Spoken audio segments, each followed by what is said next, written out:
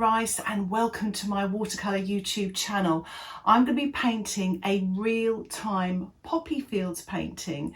I'm going to really keep it simple, the less is more. I'm going to really try to keep that on board, and it's really just to give you an idea of how to progress in painting. So I really hope you're going to enjoy this tutorial, and if you like this tutorial, don't forget to subscribe to my channel where you will get updates of my latest videos. And if you have any comments, please put them in the comments section below. So shall we get started?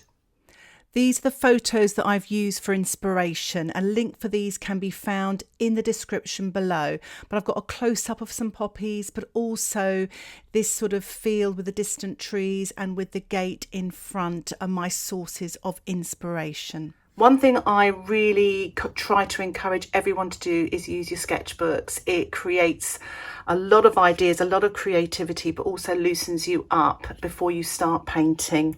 But this painting is going to be very loose. I've actually got another sketch here. It was a pen and wash here. It's really, really loose. Just to get me started in my watercolour sketchbooks. And this little sketch here will be also available on my Patreon membership. If you would like details about the Patreon membership, just click the link in the top right hand corner of this video, or you will find more details in the description below. And if you go to KarenRiceArt.com, you can actually see all of the Patreon tutorials available as well, and details about the website can be found in the description below. So I've sketched in a really loose painting here, and I'm going to use quite a limited palette. So this is my size 10 black velvet silver brush, which I use a lot, and I'm going to mix up a wash of ultramarine, plenty of water in there. Okay, rinse my brush, and I'm going to use some Pyrolle Red, but you could use Cadmium Red as well. I'm going to paint the sky wet in wet. So I'm just wetting the paper, really giving it a good soak all over. So starting off with the ultramarine right at the top there. As you can see, I'm tilting, and just to get rid of that excess water there. And I also find tilting creates some lovely atmosphere. I'm just going to use that red and then just come down with that red here down to the horizon. I might just put a little bit of blue, just push that through there as well. It creates a little bit of atmosphere. A little bit more red down here, I think. Cadmium red, and I'm just going to paint that on the horizon there. And I think I might add a little bit of yellow to that as well, just so that it lightens it up in areas. And I'm still using my size 10 brush, just going to get a little bit more yellow, rinse my brush and get a little bit of the cerulean. And I'm just going to pop a little bit of that on the horizon, just here and there, and possibly a little bit more of the red here. And what I'm going to do as well is I'm going to put a little bit of salt now just on the red area there to create some texture. And what that'll do is it will absorb the paint and it'll create some lighter areas. What I'm going to do here, this is Quinacridone Gold. It's Jackson's Art Supply, so it's slightly different from other brands, but it's a nice earthy yellow. If you don't have that, you could use raw Sienna as well. So I'm just going to mix that in there with that yellow, just to make a sort of slightly darker green, just in the foreground.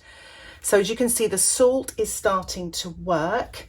And what I'm going to do now is I'm going to paint some distant trees. And I'm just painting this. It's a cool sort of green blue. So I've used a little bit of Prussian blue with a tiny little bit of yellow. I'm mixing up a slightly creamier, darker paint now. I'm going to paint this at the bottom where the horizon is. So these trees look like they're in front, and this is damp into damp. So you can see there, the paler one looks more distant, and this one's slightly creamier there. Comes forward.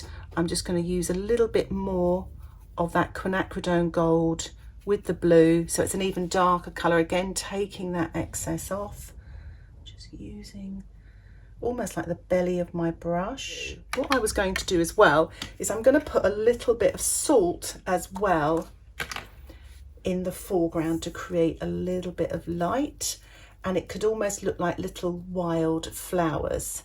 Just to sort of spatter in some poppies just in the foreground there. I'm using my size 2 brush and just let that dry. But I'm going to be sponging. I love sponging. I love creating the texture with sponging. So I'm just going to very gently sponge. Look at that, it's really nice. So I'm just got my dark now. So this is sort of dampen away. So I'm actually pressing very, very gently so it doesn't print too much. Otherwise it turns into a bit of a splodge. I'm just going to paint in now of the Ultramarine and the Quinacridone Rust. And what I tend to do, I'm using a size 2 brush, but you could use a liner brush or a rigger. Make it slightly wider at the bottom and just gets thinner at the top. But if you've got sort of branches like that where it's gone a bit astray, just join them up. And this is my sort of fence post here, so I'm just going to go bump, bump, and I'm going to sort of vary the angles like that, and you can put one there. And then you can, I'm going to go back to my thinner brush, so you've got some wire or something here, and you can just sort of put that like that. So it's quite nice. It's just a nice little scene there. And at the bottom of those posts, you can go back to your green and just put a few little grasses there, just to kind of bury the bottom of those posts there. I'm going to get a plastic card and I'm just going to pull out a little bit of light. I've got the light coming from the right here, and just brush off the salt. Just going to put a few little grasses here and there in the foreground. Remember, in watercolour, less is more. So if the light's coming this way, I'm just going to paint a little bit of shadow here, cast by these posts that way, and a little bit by the trees. I'm just using a little bit of the Ultramarine and the burnt sienna or Quinacridone Rust, and I'm just going to spatter nice big blobs there just in the foreground. I'm just going to paint some sort of stems here as well for my poppies. Watered down white gouache, and sometimes if you've lost the light in your painting, it's a good way of getting it back. So just going to take that off there and maybe put a few little birds in the distance. Just painting little V's really, but so I'm just putting a few more in there. There. Put a little bit of markings like that. I'm using my size 2 just very gently and just soften underneath like that. There. And maybe a little spatter. And I'm going to get some of the Paynes grey, and I'm using a size 4 brush, but you can use smaller. This literally is straight from the tube. I don't want it to run too much in there. Now that's run too much, hasn't it? So whatever you do, never panic. Just put some water on there and then just dab off. Put a few stems. So I'm going to use a little bit of the yellow with the cerulean. So it's a really bright, light green. Just paint a few bright stems in there. So I will definitely leave that there for now. I really hope you enjoyed that tutorial and you learnt something about keeping things simple, just that simple colour mixing and just building up a painting light to dark, and working on the sky, the background, and then coming forward, so that it gave you an opportunity, especially if you're a beginner, to have a go at doing something like this, but at the same time using lots of different techniques as well. If you have any questions, please put them in the comments section below.